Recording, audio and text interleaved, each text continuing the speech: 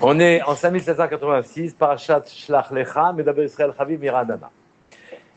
La paracha, c'est une paracha très importante. Elle va déterminer quasiment le destin du peuple juif, puisqu'on va se retrouver dans des circonstances dans lesquelles on va errer pratiquement 40 ans dans le désert. Oui. Et dans la paracha précédente, très étonnamment, il y a deux psukim qui sont entre deux nounim inversés. Deux lettres nun inversées. Oui.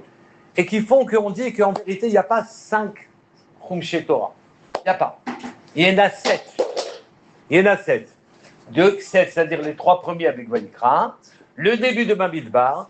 Ces deux psukim sont un sefer en soi. Un sefer en soi. La fin de Bamidbar, ça fait 6. Et Dvarim, ça fait 7. Oui. Et donc, on se retrouve avec 7 Sifrei Torah, c'est bien. Et à chaque jour de la semaine, 7, c'est un bon chiffre aussi. Oui. 7, c'est un bon chiffre aussi. Et donc, on a 7 Sifrei Torah. Mais pour quelle raison avons-nous, la Torah a décidé de mettre entre deux nounim, deux psukim? Oui. Et la réponse des Rahamim, c'est pour interrompre entre deux poranout, interrompre entre deux problèmes. Oui. C'est-à-dire, il y a eu des problèmes avant, il y aura des problèmes après. Oui. Et quand je vous dis, il faut faire une afsaka, il faut faire un arrêt, de manière à ce qu'il n'y ait pas un cumul des fautes, parce que le cumul des fautes amène à Khalila, l'anéantissement. D'accord? Quelles sont les fautes? Quelles sont les fautes? Oui, et elles ont toutes un dénominateur commun. Je vous rappelle dans cette paracha que Moshe Rabbeinu a décidé, puisqu'ils étaient en train de rentrer, ils allaient rentrer en Eretz Israël, ils allaient y rentrer, et Moshe Rabbeinu a envoyé des explorateurs, des espions, pour savoir ce qui se passait dans la terre. Et c'est marqué là, dans cette paracha, Shlach Lecha, on voit pour toi tu envoies, l'explorateur. Oui. Donc Akash Baruch Hu savait que ça allait finir par un désastre, car après les explorateurs, on rentrera pas en Eretz Israël. En fait, c'est le peuple qui demande. Oui, mais Moshe, il peut dire non. C'est ça le rôle d'un chef. Le chef qui n'est pas capable de dire non, il faut qu'il aille jouer au billes parce qu'il n'est pas fait pour diriger. D'accord? Celui qui a peur de dire non, il ne peut pas. Donc Moshe Rabbeinu, en vérité, Moshe Rabbeinu, quand je vous roule, si tu veux envoyer les gens, envoie-les pour toi. Pour toi. Alors on viendra. Pour quelle raison Moshe Rabbeinu a-t-il envoyé les Meraglim alors même qu'on savait que ça allait, que Hachem savait que ça allait rater? Oui. Ça veut dire, pour assurer, je fais 40 ans dans le désert. Ah non, c'est un rapport. Le rapport, c'est qu'après les explorateurs qui ont raté, ça y est, la gesticulation là. Ah ouais. Et après les explorateurs qui ont raté, c'est là qu'a été décidé qu'on passerait 40 ans dans le désert. Oui. Et donc, hein? Ils ne savaient pas avant. Moshe Rabbeinu, il ne savait pas comment envoyer.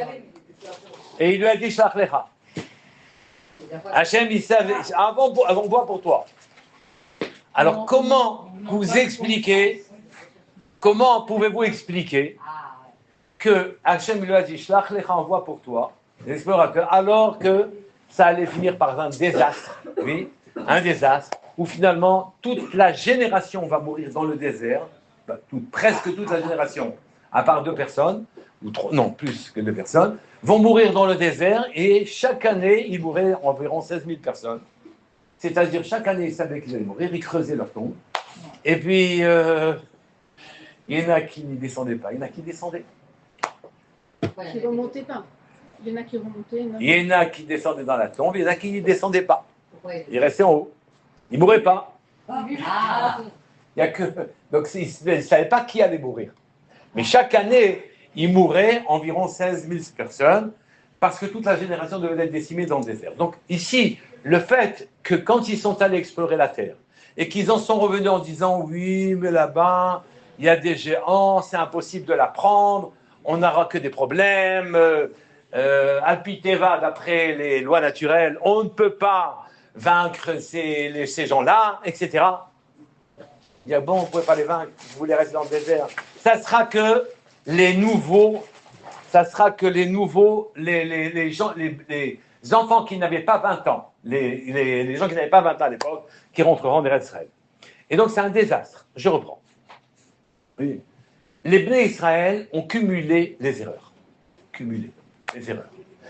Ça commence par le veau d'or. Après le veau d'or, il pleure pour l'eau. Après l'eau, il pleure... avant le veau d'or, c'était l'eau. Ouais. Oui. Après le veau d'or, donc que je vous leur donne quand même la Torah. D'accord? Leur donne la Torah. Alors ils pleurent pour la viande. Ils pleurent, ils descendent du Sinaï, j'ai oublié. Ils descendent du Sinaï en courant comme des écoliers qui veulent quitter, comme si on les avait forcés. Et dès que la classe est terminée, ils jettent les cartables, ils s'en vont, ils quittent le Sinaï. Ils quittent le Sinaï comme des écoliers qui en ont assez de la leçon. D'accord? Ils assistaient, ils ont eu une rencontre avec le Créateur du monde, et leur première hâte, c'était de quitter le Sinaï. Ils n'avaient pas le comportement qu'on attend d'eux. Oui, et après ça, il va y avoir, dont je vous ai dit, la viande, la critique de la manne. Après ça, il va y avoir Korach. Avant ça, il va y avoir Myriam qui dit à Moshe Rabbeinu, mais dis-moi, tu es un prophète, d'accord, nous aussi nous sommes prophètes, et nous ne quittons pas nos conjoints, pourquoi toi tu quittes ta femme? Donc la grande sœur, elle l'a sermonné, et Akadosh Baruch Hu, il a dit, ne te mêle pas de ça, c'est pas ton histoire. Donc ici, il y a des problèmes avec le cœur d'Israël, mais seulement ces problèmes ont tous un même dénominateur. C'est quoi le dénominateur d'après vous? Non, pas du tout. Pas du tout. C'est vrai que on se ferait pas de la Shonara, mais c'est pas la Shonara qui est le dénominateur, d'accord?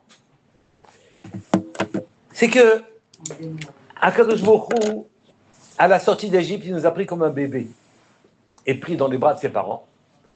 Il a dit, vous avez des problèmes avec les Égyptiens, je règle le problème, je règle le compte avec les Égyptiens. Vous avez un problème avec la mer, on n'avait pas traversé le désert, la mer va vous bloquer, les Égyptiens sont derrière. Pas de problème. Hein? Je vous ouvre la mer. Oui.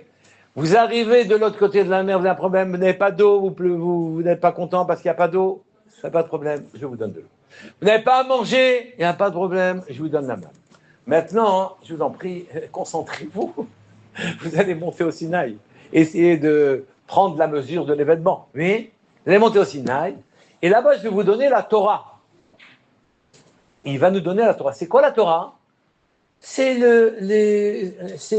l'emploi correct de notre vie. On sait quoi faire dans l'existence. Hein? On sait quoi ou pas quoi? On sait quoi faire et quoi ne pas faire. Exactement. Hein? De tous les jours. D'accord? Et donc, on a reçu la Torah, et après, je vous redis maintenant, vous avez la Torah, vous savez quoi faire de votre vie, parce qu'on ne sait pas quoi faire de notre vie. Chaque année, il y a des modes nouvelles, oui, qui nous disent, oui, mais cette année, le nec plus ultra, c'est de porter des manches courtes, ou des manches longues, ou des trucs, etc. Et si tu ne portes pas ça, ben ça ne va pas du tout, oui. Donc, on invente des modes pour s'occuper, mais en vérité, nous, on a le mode d'emploi du monde. La création du monde, elle vient de la Torah, que je vous crois, regardez dans la Torah, il a créé le monde. Il a créé le palmier parce qu'il y avait une mitzvah de Lulav.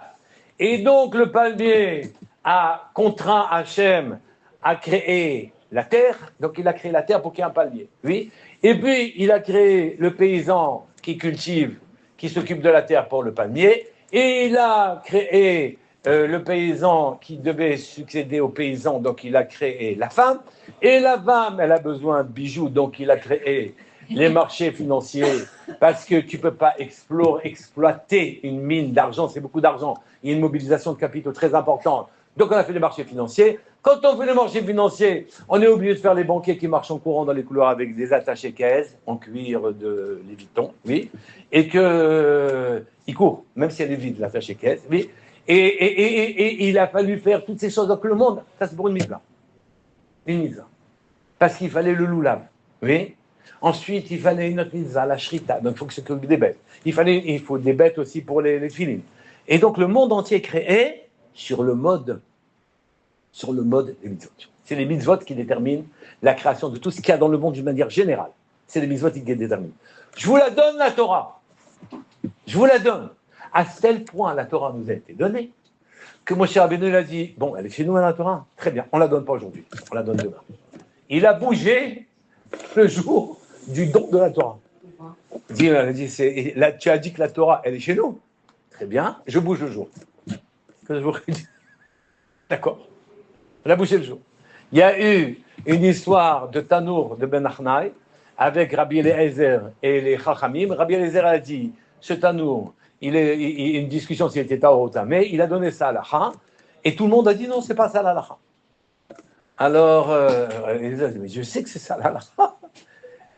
Je sais que c'est ça l'Alacha. Donc tu ne peux pas dire ça. Et donc, il a dit, si l'Alacha est comme moi, que le fleuve s'arrête. Le fleuve s'est arrêté. Les Chachamim nous ont dit, c'est pas toi le fleuve qui détermine l'Alacha. Tu continues ton cours. Et le fleuve a continué son cours. Ça a fini dans une histoire, on dit, si l'Alacha est comme moi, que les murs du Beth Midrash nous tombent dessus. Et les murs se sont penchés. Et les Chachamim disent, les murs, c'est pas vous qui commandez. Les murs se sont restés penchés. Il y a qu'un jour, je t'en prie, dis-leur que l'Alacha, c'est moi qui l'ai. Et que je vous ai dit, mais qu'est-ce que vous avez avec mon fils Eliezer? C'est lui qui a l'Alacha. Et les Chachamim ont dit, elle est chez nous. Et on est posek alpi rov, et donc c'est la majorité des rabbanim, pas la majorité des Amaharetz, hein, et la majorité qui détermine. Donc la halakha n'est pas comme toi ce que tu dis Hachem. La Torah elle est à nous. Qu'est-ce que ça veut dire que la Torah elle est à nous? La Torah c'est l'instrument par lequel on a créé le monde. Le monde a été créé. Et il a dit que la lumière soit, la lumière a été. Il a dit, il y a eu la terre, mais que la terre soit, la terre fut. Et ainsi de suite. Donc tout le monde a été créé par les mots de Torah. Oui. Maintenant, ces mots-là sont chez nous. C'est une grande responsabilité. Et à que je vous l'a dit maintenant, vous rentrez en Eretz Israël. Vous rentrez en Eretz Israël maintenant. Oui. Et ils ont dit, bon, attendez, doucement, on va explorer la terre avant d'y rentrer. Ils ont exploré la terre. Ils ont vu les difficultés, sauf Caleb ben Yefoune et Yehoshua ben Nun. Ils ont vu les difficultés. Ils sont revenus en disant on peut pas y aller. Et là, ils ont fait une erreur catastrophique. Ce n'est pas une erreur stratégique qu'ils ont faite. Ce n'est pas une erreur illogique qu'ils ont faite. Ils ont fait une erreur caractéristique. C'est l'erreur qu'ils faisaient depuis qu'ils sortent d'Égypte. Ils demandent de l'eau parce qu'ils ne peuvent pas concevoir le monde sans eau. Bien sûr, Hachem me dit si vous avez besoin de l'eau, je ne vais pas en donner. C'est même pas la peine d'en demander. Ils ne peuvent pas concevoir le monde sans manger. La manne ne leur convient pas. Pourquoi? Parce que nous, on veut une nourriture, on veut de la nourriture colorée. La manne, elle était cristalline. Oui. Et donc, je n'ai pas d'appétit en mangeant la manne. Je veux de la matière. Ils ont demandé de la viande.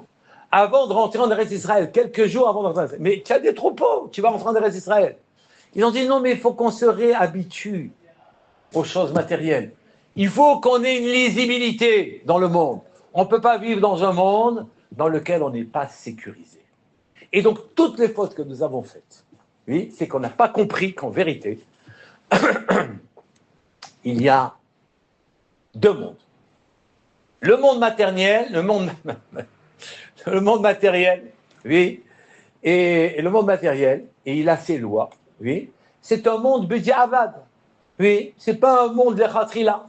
Ce n'est pas un monde qui aurait été le meilleur des mondes. Non, c'est le monde qui est acceptable à partir du moment où on a une faute. Et donc, on vit dans un monde qui est un monde de mensonges.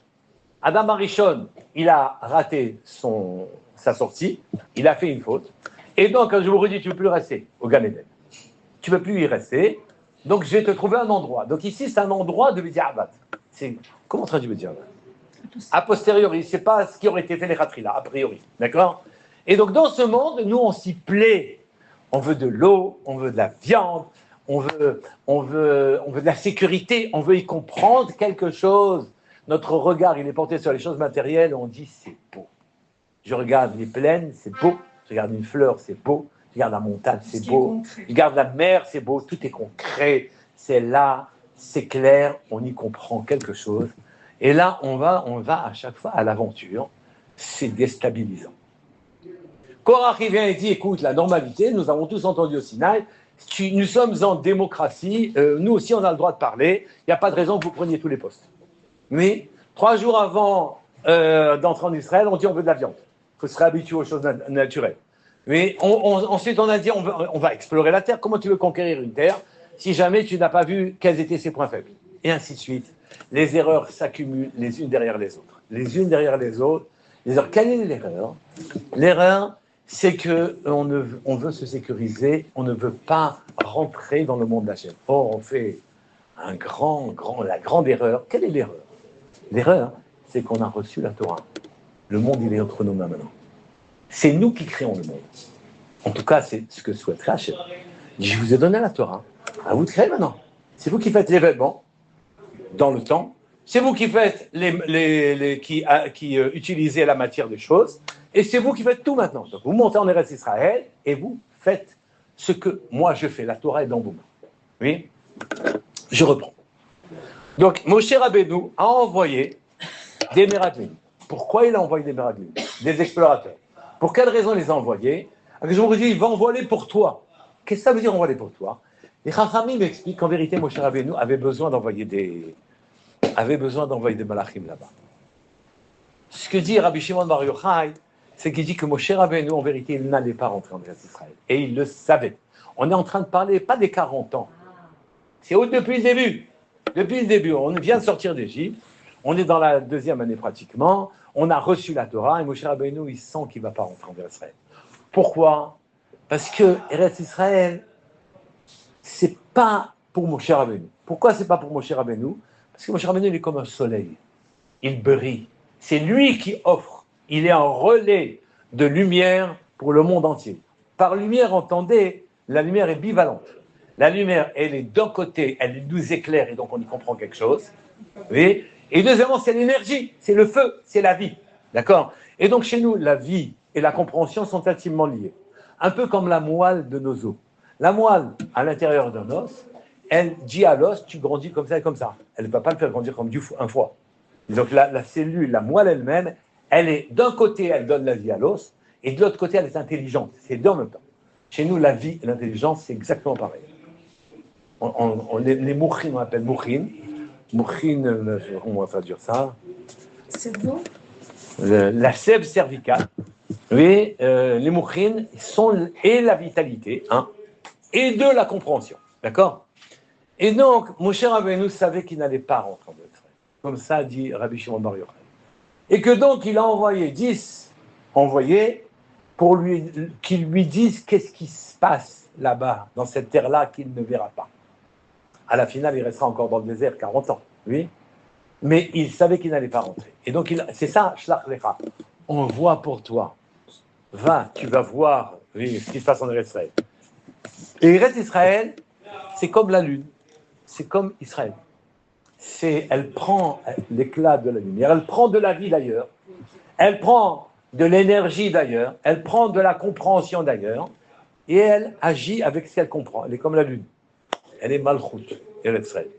Elle est un récipient qui demande à être travaillé.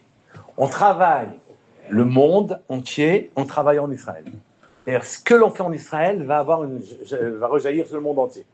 On est tordu dans les tribunaux en Israël, tous les tribunaux du monde sont tordus. On est tordu dans les mentalités, toutes les mentalités du monde sont tordues. Et ici, c'est un laboratoire. Le laboratoire du monde, c'est Israël. Je vous redis, je vous ai donné la Torah. Maintenant, vous savez quoi faire. Rentrez en Eretz Israël. Attendez, il est urgent, 2 secondes, il est urgent de voir comment ça va se passer là-bas. Laissez-nous voir, il est urgent d'attendre. Laissez-nous voir comment on va se débrouiller là-bas. Et donc, ils ont tout fait pour rester dans le désert. Et on comprend, c'est leur erreur. C'est qu'ils disent en quelque sorte, on ne va pas se commettre, s'avilir dans les choses matérielles. On ne va pas devenir des Améharetz, en train de traire des vaches, oui, et de cultiver la terre. Nous, on fait les mitzvot dans la tête, dans le cœur. Nous sommes Yafé Nefesh. D'ailleurs, c'est le mal que nous avons encore aujourd'hui. Oui, pas besoin de faire les mitzvot matériellement. Mais enfin, c'est plus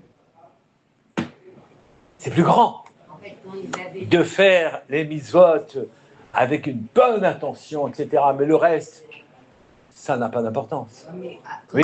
Quand ils étaient avant, ils n'étaient pas contents. Là, ils n'étaient pas contents. Avant ça, ils n'étaient pas contents. Et quand il a fallu rentrer en Israël, ils n'étaient pas contents. Et alors? Non, voilà, donc ils n'étaient pas contents à gauche ni à droite. Oui, mais être pas content à gauche dans l'ancien monde, c'est normal. On parle la même langue, on sait de quoi on parle. Vous voyez, être pas content dans le nouveau monde, c'est grave. C'est quoi l'ancien, le nouveau monde? Ben, le monde matériel, ne pas être content du monde matériel, c'est savoir qu'est-ce que je dois y faire dans le monde matériel. C'est-à-dire ne pas considérer que la Torah est le mode d'emploi du monde. Je fais ce que je veux. Je vais être médecin, je suis médecin. Je vais être voleur, je suis voleur. Je fais ce que je veux. Il n'y a pas de mitzvot, d'accord? Et donc, un jour, il dit non, tu voleras pas. Tu seras médecin. Et donc, il leur a dit quoi faire. Tu voleras pas, tu feras la tfila, tu mettras les tfilines, tu feras la shrita, etc. Et donc, il leur a dit quoi faire avec le monde. Et Israël est le laboratoire dans lequel on apprend au monde à devenir le vrai monde. D'accord? On apprend au monde à devenir le vrai monde. Et donc, ces gens-là, on voulait rester dans le désert. Pourquoi? Parce qu'ils se considéraient comme très élevés sur le plan spirituel. Effectivement, Avraham Avinu, on dit de lui qu'il a fait toutes les mitzvot. Or, il n'a pas pu faire toutes les mitzvot. C'est pas possible. Il lui a manqué de nombreuses mitzvot. On dit non, il les a faites. On demande comment il les a faites. Réponse, son intention, il se projetait dans le monde d'en haut, son intention était tellement parfaite, pure, oui, qu'à ce moment-là, c'est comme s'il les avait accomplis. Oui. Quelle différence entre celui qui fait un geste? Le geste a quelque chose de trivial, de vulgaire. Oui. Il ne fait pas le geste, mais il fait tout le reste. La mise va être accomplie. Le Méraglim, ça s'est passé à quelle période de la... Dès qu'on est sorti d'Égypte. C'est-à-dire dans la deuxième année? Oui. Donc depuis déjà 38 ou 39 ans, les bénis Israël, ils savaient que Israël n'était pas bon pour eux, d'après les dires des Méraglim. Pendant tous les ans dans le désert. Ils ont continué à avancer. Non, mais ils ont fait tu vois. Après, ils ont dit non, c'est bon, il faut y aller, etc. Que Dieu dit c'est trop tard. Vous n'avez pas compris, en fait, vous manquez de maturité, vous n'avez pas compris quoi faire avec Israël. Israël, c'est le laboratoire du monde. Oui, vous voulez rester dans le monde matériel et que c'est ça qui vous importe à vous, alors à ce moment-là, restez-y. Et il nous a laissés dans le désert, dans un cocon, en quelque sorte, dans lequel on apprenait à vivre avec Akadosh Baruch Hu avant de rentrer en Eretz Israël. Voilà. Mais effectivement, ça, tout de suite, on devait rentrer en Eretz Israël. Mais notre amour de la matérialité était tel, c'est normal, je ne suis pas en train de critiquer, hein. L'amour de la matérialité était tel qu'on n'arrivait pas à se projeter dans le monde d'Hachem. Et il disait, mais on n'a pas besoin de la matérialité. C'est quelque chose de vulgaire, de trivial, c'est pas la peine de ça. Moi, si j'ai étudié l'Ilchot Shrita avec la perfection, que je coupe avec un couteau ou non, quelle différence? C'est pas grave. Ce qui compte, c'est ma construction mentale, la construction de ma personnalité, le fait que je développe en moi ma profondeur, c'est ça qui compte. J'ai pas besoin de plus. Et donc, je veux pas rentrer en Israël. Il n'y a pas besoin. Là-bas, je ne sais même pas si je vais pas tomber. Et quand je vais être obligé d'avoir des dettes à la banque, quand je vais être obligé de m'occuper des vaches, quand je vais être obligé de m'occuper de cultiver, de ne pas cultiver, etc., à ce moment-là, je ne sais pas dans quel état je serai, et c'est sûr que spirituellement, je serai plus bas. Je sais. Et donc, ils ont dit, il est urgent de ne pas rentrer, on verra. Oui. Mais la Torah, il y a beaucoup de mitzvot qui sont en kécher avec Eretz Israël. Et c'est ça que je viens de dire. C'est qu'ils ont dit, même ces mitzvot-là, je peux les faire dans le désert. Ah. J'ai qu'à comprendre ce que c'est. Vous savez que mon geste mental, il est primordial. Je ne peux pas réfléchir en voyant ou en écoutant. Pour pouvoir réfléchir sur quelque chose, je suis obligé de m'en approprier par un geste mental, une vision interne, une écoute interne. Et à partir de ce moment, je peux travailler sur le texte que j'ai dans la tête, ou je peux travailler sur l'image que j'ai dans la tête. Mais je ne peux pas travailler sur une image qui est devant moi. Je ne peux pas. Donc, le fait, c'est leur ta'ana, leur remarque était tout à fait justifiée. Sauf qu'Akadosh Baruch Hu a dit non, vous rentrez. Excusez-moi, Oui. on pourrait penser que finalement le désert c'était ce premier monde matériel et que l'entrée en Israël étant conditionnée par la mise en application de La Torah était ce monde spirituel, Israël ne pouvait pas aller sans la Torah. Bien sûr, Israël ne peut pas aller sans la Torah. Parce qu'Israël est une terre finalement... Déjà avant, à ce moment-là. Oui, avant ça. Mais c'était la destinée. Alors. C'était destiné depuis le début. Elle s'appelait Eretz Canaan, dans le sens qu'on pouvait être Machnia, on pouvait abaisser son propre esprit, le faire, l'incurver pour pouvoir, dans cette terre-là, ici, on est en train de créer le vrai monde. Oui, Eretz Canaan et Eretz Israël, d'accord?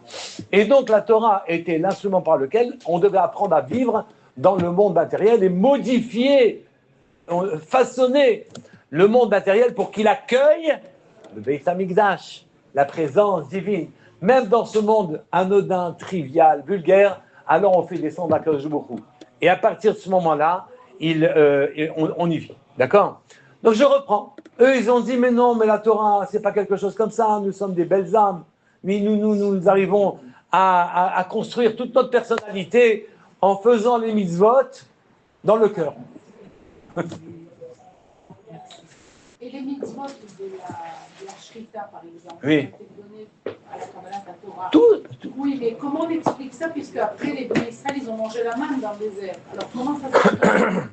Donc pendant 38 ans, il n'y avait pas de Shrita. Mais exactement, c'est pas pour autant que je fais pas la mitzvah de Shrita en étudiant. C'est pas pour autant. Elle a été utilisée en Eretz Israël. Si elle a été utilisée. Elle a été utilisée parce qu'on faisait des sacrifices aussi dans le Mishkan. On peut dire aussi aujourd'hui, les gens qui Mais- font Eretz Israël, qui étudient les Rochita et tout, c'est comme s'ils l'étudiaient. On le dit, on dit sans hésiter. On vous dit tout de suite à la fin de la Tfila, si vous étudiez les korbanot, Les corbanotes. c'est comme si vous les avez fait.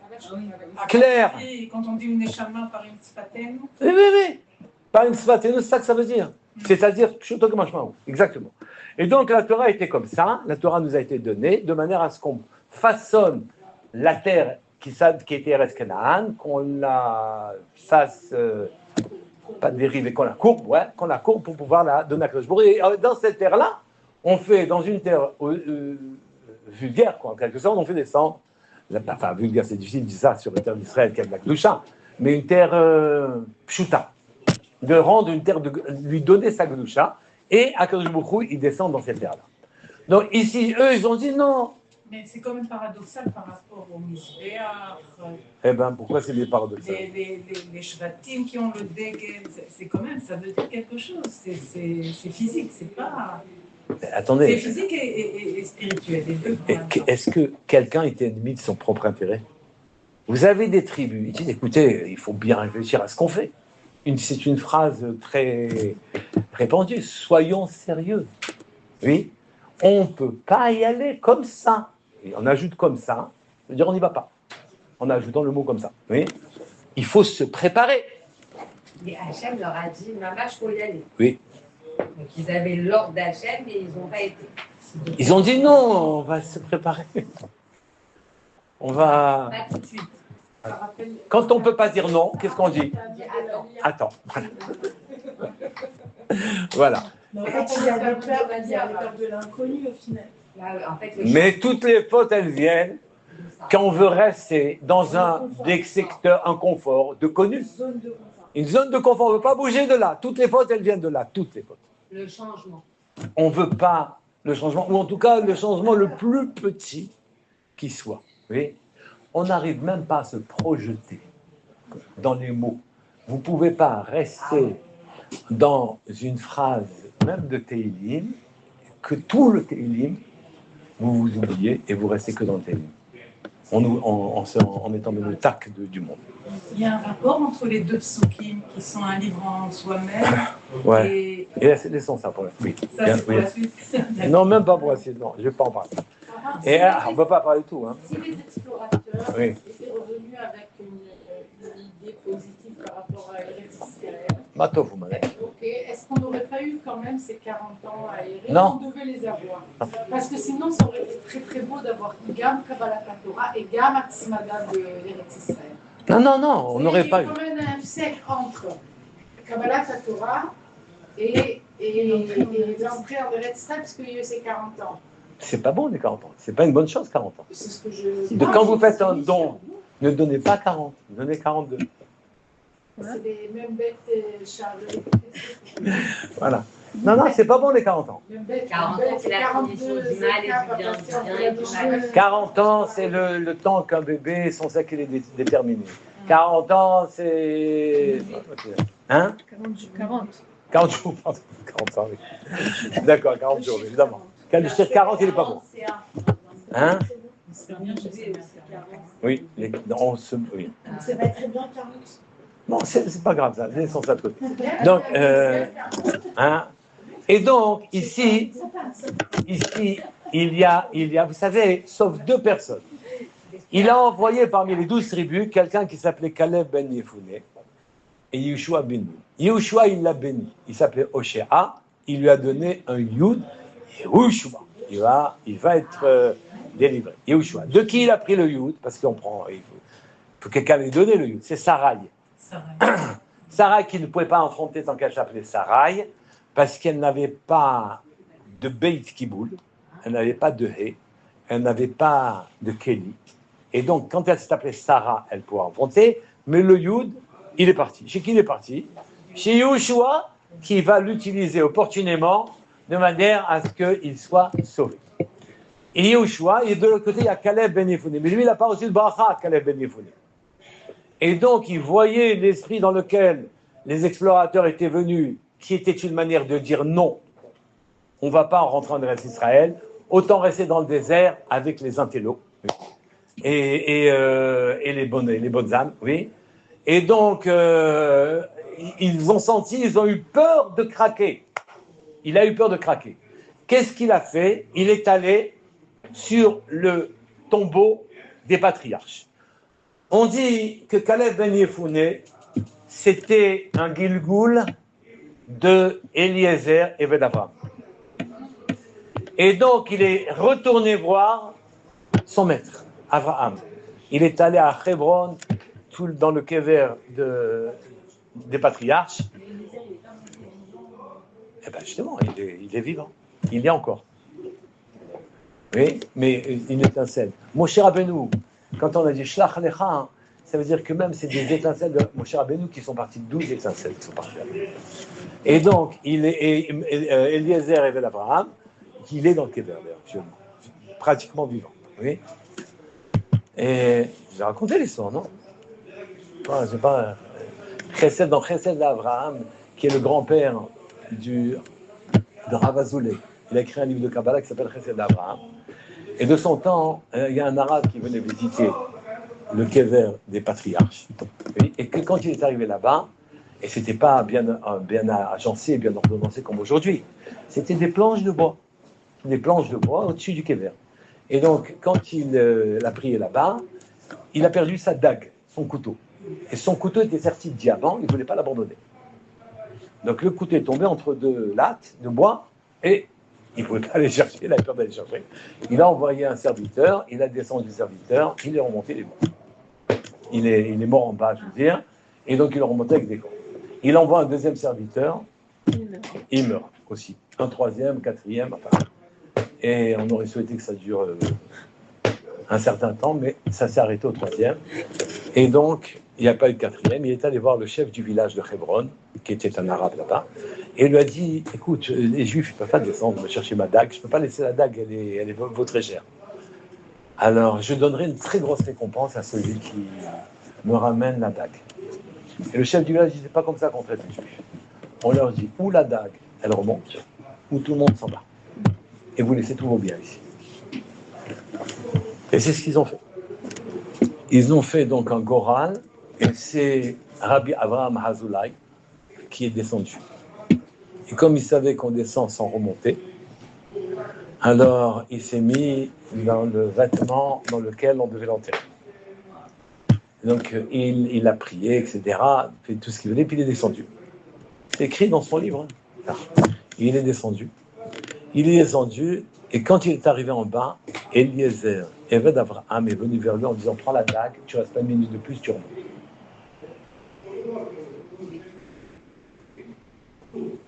Tu restes pas une minute, tu remontes. Et Rabbi Avraham Azoulay, donc il est remonté vivant, mais au bout d'une semaine, il a dit, ce que j'ai vu en bas, dont je ne vais pas parler, oui, est tellement, me remplit tellement que je n'ai plus rien à apprendre. Donc j'ai plus rien à faire sur terre, et il est niftar la semaine d'après. Donc ça c'est Rabbi Avraham Azoulay qui a écrit un livre qui s'appelle Chesed d'Abraham, et ça s'est passé chez lui. Donc ici Caleb ben Yefouné, il est allé voir Abraham. Abraham, c'était Eved Abraham, qui était allé voir Abraham. Et Abraham l'a renforcé, etc. Hein? Abraham Avinu. Et donc Abraham l'a renforcé, et donc il n'a pas cédé à la tentation de dire oui, écoutez, stratégiquement, ça ne tient pas la route, ils sont des géants, ils ont des villes fortifiées, c'est pas possible, etc. Il a résisté. Ça, c'est Caleb Ben Yefoune. Et Yehoshua Ben Nun, lui, a été béni par Kadosh Baruch Hu. Oui. Yehoshua Ben Nun, il est de quelle tribu? Ephraïm. Ephraïm, ça vient de Yosef. Yosef, ça vient de Rachel. On dit que Caleb Ben Yefoune, il était de la tribu de Yehuda. Yehuda, c'est le fils de Léa. Et donc, ici, vous avez Léa et Rachel. Léa, c'est le monde spirituel. Oui, c'est pour ça qu'elle avait les yeux qui étaient larmoyants. Parce que le monde spirituel, il pleure. Rachel était resplendissante. C'était le monde matériel. Rachel, c'est la avoda dans ce monde-ci. Une avoda parfaite. Oui. Et elle amène dans le monde matériel, magnifique, elle amène Akadosh Baruch Hu dans ce monde-ci. Oui. Et donc, ici, il y avait Rachel et Léa, mais Rachel et Léa du temps de Yaakov étaient en parfaite entente. Oui. À ce point-là,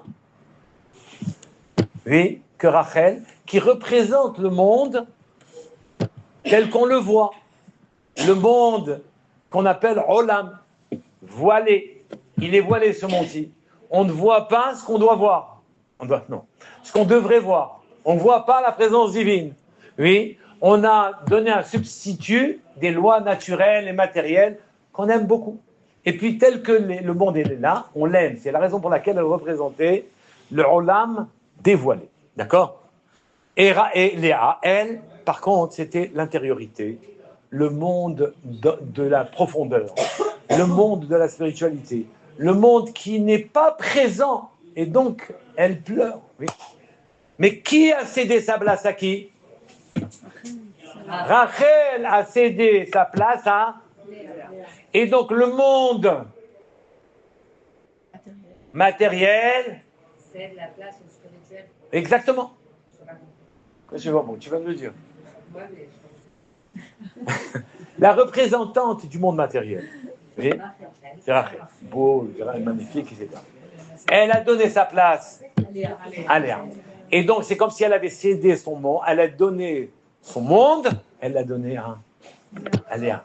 Elle veut que le monde spirituel soit présent. C'est ça, l'entente des deux sœurs. Et c'est ça l'entente chez Yaakov, chez les Béné Israël, où les deux mondes voisines se côtoient, oui, s'acceptent. Oui. On ne peut pas, cependant, vivre dans les deux mondes en même temps. Soit on est dans l'un, soit on est dans l'autre. On peut, dans la même journée, passer de l'un à l'autre, il n'y a aucun problème. Oui. Mais sachez que la raison pour laquelle vous ne comprenez pas les choses spirituelles, c'est parce que quand vous êtes dans le spirituel, vous avez un grand regret du monde matériel. Et que donc, comme vous avez un pied à droite et un pied à gauche, oui, qui c'est qui va comprendre quelque chose? C'est le monsieur qui avait épousé deux femmes, une jeune et une vieille. La vieille, elle ne veut pas qu'il ait l'air jeune, donc elle lui enlève les cheveux noirs. Et la jeune, il ne veut pas qu'il ait l'air vieux, donc elle lui enlève les cheveux blancs. Et ce malheureux, il était carré Mikan ou Mikan. Il était chauve, du blanc et du noir. Donc ça, c'est comme nous. Quand on veut être dans les deux mondes en même temps, on veut être dans les deux, on ne peut pas. Il faut que tu aies le courage de basculer. Ah, ça y est, elle a compris. Oui. Dans le monde spirituel, complètement. Ne t'inquiète pas, on peut revenir. Sans aucun souci, si Dieu. On peut. Mesure. On peut. Oui. Pour nous. Quelle mesure? Quand tu y es, tu es. Les très grands sadikim, ils sont entièrement, presque entièrement dans le Ils spirituel. peuvent descendre dans le monde matériel en disant tu dois pas faire ça, tu dois faire ça, va acheter, tu voles pas, etc. Ils sont dans le monde, ils peuvent être dans le monde matériel comme dans le monde spirituel. Ils sont pas simplement, ils voisinent pas les deux en même temps. Ils font pas les deux en même temps. Rachel et Rachel non. Shabbat, pardon. Shabbat c'est autre chose, c'est spirituel. Et Shabbat, c'est un peu Israël. Shabbat, c'est le monde, dans le monde matériel, on met une grande spiritualité. C'est pour ça qu'il faut être heureux, il faut chanter, il faut même se laver, il faut prendre une douche, oui, avant Shabbat, oui, mettre des beaux habits, mettre des bons manger, etc. D'accord? Shabbat, c'est autre chose. Quand je lis la Tfila, je suis entièrement devant. Et j'ai pas la tête ailleurs, même la phrase d'après. Même la phrase. Ce qui est une performance. Oui. Et pas, ça me fait penser à, et je vais ailleurs. Et donc, le monde de Rachel a cédé la place au monde de Léa. Et ils ont voisiné chez Yaakov avec beaucoup de bonheur, beaucoup de tranquillité. Bon, de temps en temps, il y a eu un petit frottement, mais globalement, ça fonctionnait. Oui. Et donc, c'est ça qu'Akadosh Baruch Hu te demande. Il te dit, rentre dans le monde spirituel. Tu as deux mondes. Rentre dans le monde spirituel. Vas-y, n'aie pas peur. Tu vas en revenir quand tu dois en revenir. Il n'y a pas de souci dessus. Et nous, on hésite. On ne veut même pas se concentrer trop dans une tuila. On hésite. On n'est pas entier. Et comme on n'est pas entier, ni je profite de ça, ni je profite de ça. Dans ceux qui ont la capacité d'avoir un rikouz, d'être concentrés dans un monde, ils disent merci à Hachem. Ils sont pleins. Oui, pas ils sont pleins. Ils disent merci. Parce qu'ils ont réussi à passer une étape et c'est magnifique, oui. Après, si Dieu veut, ils en reviennent, il n'y a pas de souci. Et donc, c'est comme ça que ça marche. Donc, et dans le désert, oui, ils devaient rentrer en Eretz Israël, ils devaient donc faire respirer Eretz Israël, l'air d'Akadosh Baruch Hu, et ils ont dit, soyons sérieux. Nous ne sommes pas encore, oui, laissez-nous encore un peu de temps, d'accord? Laissez-nous, c'est trop, oui. C'est la raison pour laquelle, quoi? De rester 40 ans, c'était... Non, ils ne sont pas obligés. C'est eux qui ont raté le coup, ils sont été obligés. Que je vous dis, c'est bon, on va rester 40 ans ici. Et ça, c'est un cadeau. Il les a pas, ils ne sont pas morts. Voilà. Et c'est la raison pour laquelle c'est très difficile pour nous de vivre dans le monde matériel, sauf pour certaines personnes, c'est plus difficile de vivre dans le monde matériel que dans le spirituel. C'est la raison pour laquelle, dans Kirat Shema, on vous dit, fermez les yeux. Dans la Tfila, on vous dit, fermez les yeux. Chaque fois que vous avez une image devant vous, vous n'arrivez pas à vous en abstraire, à sortir de l'image. En d'autres mots, si vous voulez voir clair, fermez les yeux. Hein? À part le schéma, on ferme les yeux. La Tfila, c'est bien fermer les yeux. Ouais. Comment on doit lire les mots? C'est celui, on devrait les connaître par cœur et fermer les yeux de manière à. Et c'est très difficile de chasser le monde. C'est très difficile de chasser le monde et de l'avoir devant les yeux. C'est pas simple comme démarche. Mais ça veut dire quoi alors qu'on dit toujours sanctifie la matière? Eh ben, c'est ce que je viens de dire. Je prends une vache, je fais la shrita, j'utilise la peau pour les filines, etc. Il reste une très grande question. Oui. Voilà, soyons sérieux. On peut pas être et avoir été. Il reste une très grande question. Non, elle dit c'est trop. Elle dit. Non, pas du tout. Je dis regardez autour de nous, c'est pas comme ça en fait. Et alors? C'est toi qui es responsable de Eretz Israël. Si tu ne veux pas regarder les autres, il reste une très grande question. Pourquoi Hachem a envoyé les explorateurs en sachant qu'ils allaient rater leur mission? Je vous pose une question. C'est quoi ça? Comment on va répondre à ça? Comme si un piège ou un aveugle. Exactement. Donc on renforce la question. Un libre arbitre, on a le droit de rater quand on doit rater, hein, c'est ça? Il n'y a pas de problème. Ils auraient pu réussir. Hein? Ils auraient pu réussir. Bien sûr qu'ils auraient pu réussir. Parce que depuis le début, Hachem. Mais Hachem savait qu'ils allaient rater. Depuis le début, Hachem il nous a porté et là il a dit maintenant c'est bon. Vous voulez Ils qu'on ont pas rate alors? écouté. Je suis d'accord, C'est pas mal du tout. du tout. Oui. C'est parce que Hachem, il a dit, écoutez, les amis. Non, il a dit. Qu'est-ce qu'elle a dit? Il a dit, ça y est, il faut que vous y alliez. Il faut vous débrouiller. Ça y est, je vous ai donné la Torah maintenant. Faut vous envoler, quoi. Il faut y aller. Mais on va tomber. Ben, tu tombes. Tu tombes. Quand un enfant, il faut qu'il apprenne à marcher. La marche, par définition, c'est un déséquilibre. Je ne peux pas marcher si je me dis, tant que j'accepte pas l'idée d'un déséquilibre, je ne peux pas marcher. Parce que j'ai peur d'avancer. Mais quand j'accepte le déséquilibre en me disant je vais le rattraper, alors à ce moment-là, je peux avancer. Donc, quand je vous redis maintenant, je vous ai donné la Torah. La Torah est entre vos mains. C'est vous qui dirigez le monde. Oui. Le laboratoire, c'est Eretz Israël. Il faut que vous y alliez. On dit, mais on va rater. Ben, ratez. Ratez. Mais redressez-vous. C'est fini, le monde est entre vos mains maintenant. La Torah, elle est descendue. Je vous l'ai donnée. C'est vous qui faites le monde. Ça commence un peu tordu. Vous avez raté le premier mouvement, vous ne raterez pas le second. Oui. C'est comme un bébé à qui on dit « Je te fais confiance, ça ne fait rien ce que tu vas rater, c'est pas grave, il faut que tu ailles. » Donc maintenant, j'accepte même l'idée, oui, que la mission va être ratée parce qu'il fallait qu'il y ait une mission, qu'il se lève et qu'il travaille. Et que c'est ça le but du problème. Maintenant, vous devez comprendre très clairement que dans la vie de manière générale, vous êtes obligés, nous avons une responsabilité gigantesque. Oui, vous devez faire attention à tout ce que vous faites. Parce que vous construisez le monde petit à petit. Et votre ishtadlut, d'une manière générale, vous demandez qu'est-ce que vous devez faire. Vous devez vous mettre au service du patron. Quand on est au service du patron, on fait beaucoup moins d'erreurs. Hein? Deuxièmement, pas d'émotion personnelle. Pas de... Oui, je suis au service du patron, mais j'aimerais bien avoir cette position, etc. Et puis je suis mieux, moi je donne 20% de ma affaire, tout ça, vous laissez tomber. Vous êtes au service du patron, et à ce moment-là, les choses avancent comme elles doivent avancer. C'est là qu'on fait le moins d'erreurs possible. Eh bien, messieurs, au travail, mesdames, au travail.